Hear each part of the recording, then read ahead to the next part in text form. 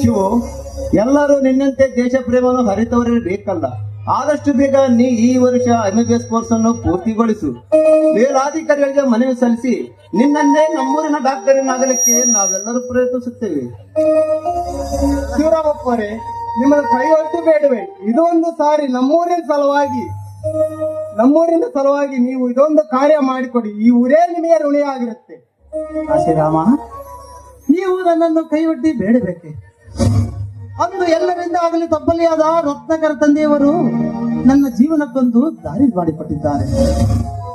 ಇಂದು ಈ ಸಾಹುಕಾರ Ratnakar ಮಾನವೀಯತೆಯಿಂದ ಮನೆಯಲ್ಲಿಟ್ಟುಕೊಂಡು ನನಗಿಂದು MBBS course ಅನ್ನು ಉನ್ನತವಾಗಿ ಓದಿಸುತ್ತಿದ್ದಾರೆ. ಇವರಿಬ್ಬರ ಋಣ ತೀರಿಸುತ್ತಾದರೂ ನಾನು ಶ್ರದ್ಧೆಯಿಂದ ಓದಿ ಮುಗಿಸಿ ಇವರ ಆಸೆಯಂತೆ ನೆರವೇರಿಸುವೆ. ಈ ಮಾತು ತಂಗಿ ರೇವತಿ, ಗುರುಗಳ ಮಗಳ ತಂಗಿ ರೇವತಿ.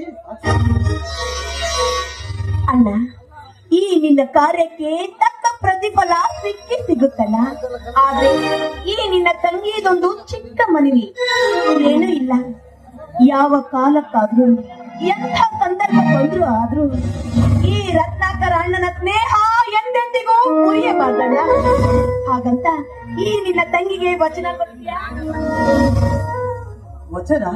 ವಚನ ತಾನೇ ಹಿಂದೆ ಕೊಡುವ ನಮ್ಮ ಮತ್ತು ರತ್ನಾಕರ ನಡುವೆ ಯಾವುದೇ ಪ್ರಸಂಗ ಬಂದರು ನಮ್ಮಿಬ್ಬರ ಜೋಡಿ ಅಗಲದು.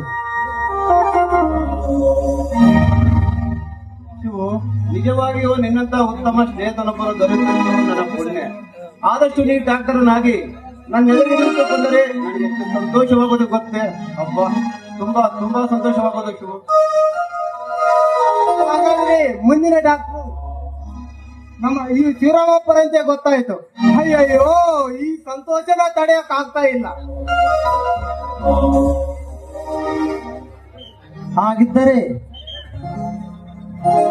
ಹಾಗಿದ್ದರೆ ನಾವೆಲ್ಲರೊಟ್ಟುಗೂಡಿ ಟೇಬಲ್ ಮೇಲಿಟ್ಟಿರೋ ಬೇವನ್ನು ಕುಡಿದು ಸಂತೋಷದಿಂದ ಹಾಡಿನಲ್ಲಿ ಹಾಗೆ ಆಗ್ಲಣ್ಣ.